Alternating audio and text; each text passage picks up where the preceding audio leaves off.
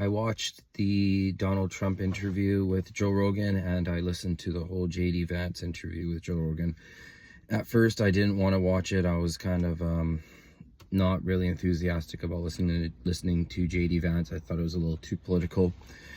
But after listening to it, there were some interesting points that I thought I would share in case you haven't listened to it yet.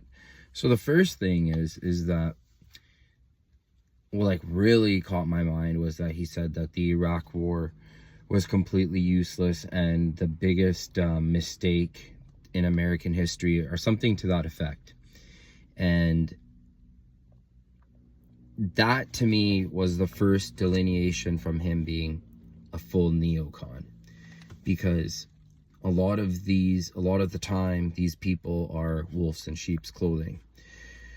So he instantly put that fear aside. Number two, Joel kind of asked him, well, why don't you think, he said they talked about how Dick Cheney endorsed the left and how that's so weird. And JD Vance said that there are 4 major things you don't screw around with in American politics, and one of them was immigration, foreign policy, a couple other things. But he said that he alluded to, what I got from it was that some people, the NeoCons, just have this really foundational belief that they will spread the American idea and make Americans out of people that don't want to be Americans. And they have this dying belief that that's what will happen. But he kind of said that that thinking is kind of not the best way to go, because I think he's trying to say, like, hey, we're America first.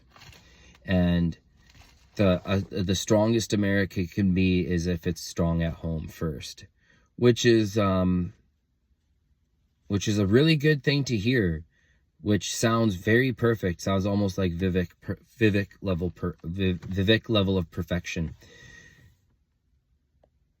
There was another thing that I listened to when I listened to Joe Rogan's podcast with Donald Trump, is that he said that politicians are people that are vetted, and that you can't easily put a businessman into the position of a politician, and that politicians serve a purpose.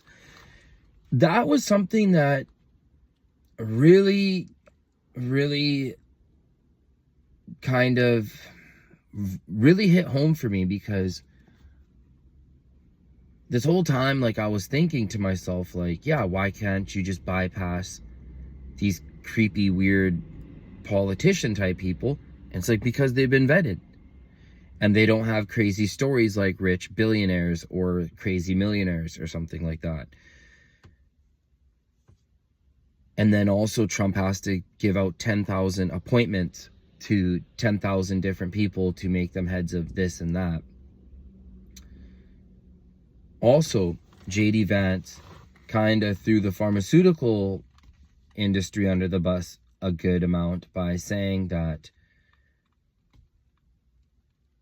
the way America does psychiatric help or psychological help or mental health isn't as good as other countries, and that the issues that happen with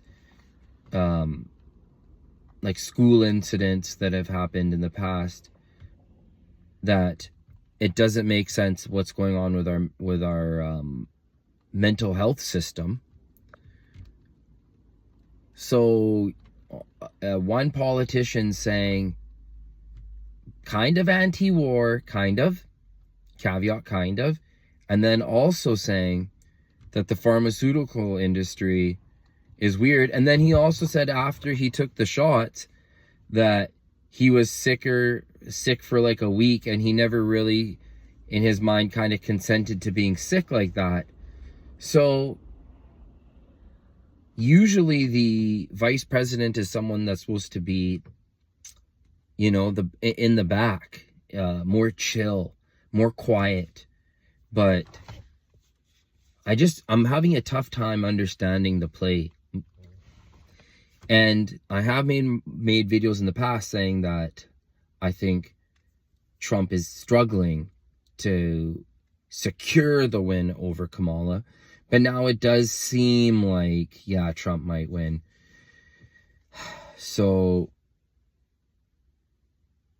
when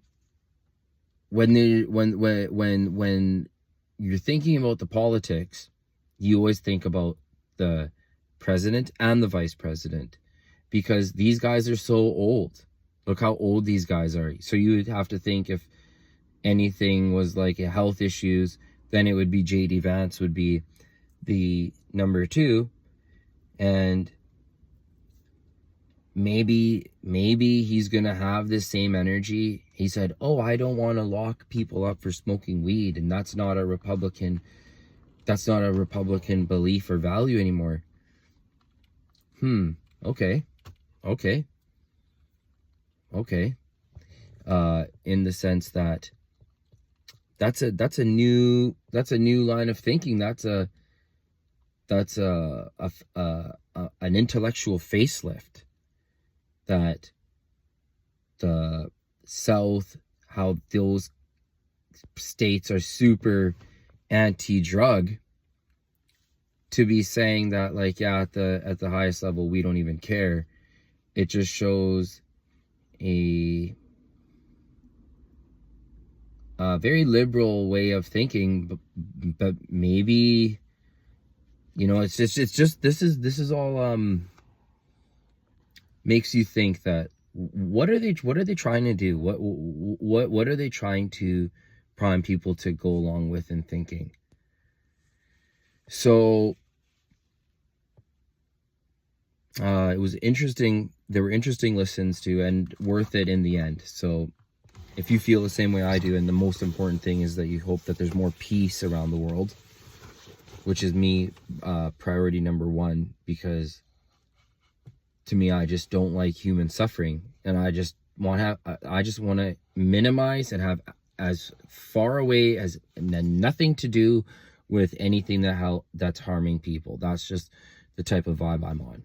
So if you feel the same way and you have the same concerns in your mind, and you're kind of scratching your head a little bit, looking at what's happening, having a tough time, not a tough time, but trying to read the chessboard, please leave a like and subscribe.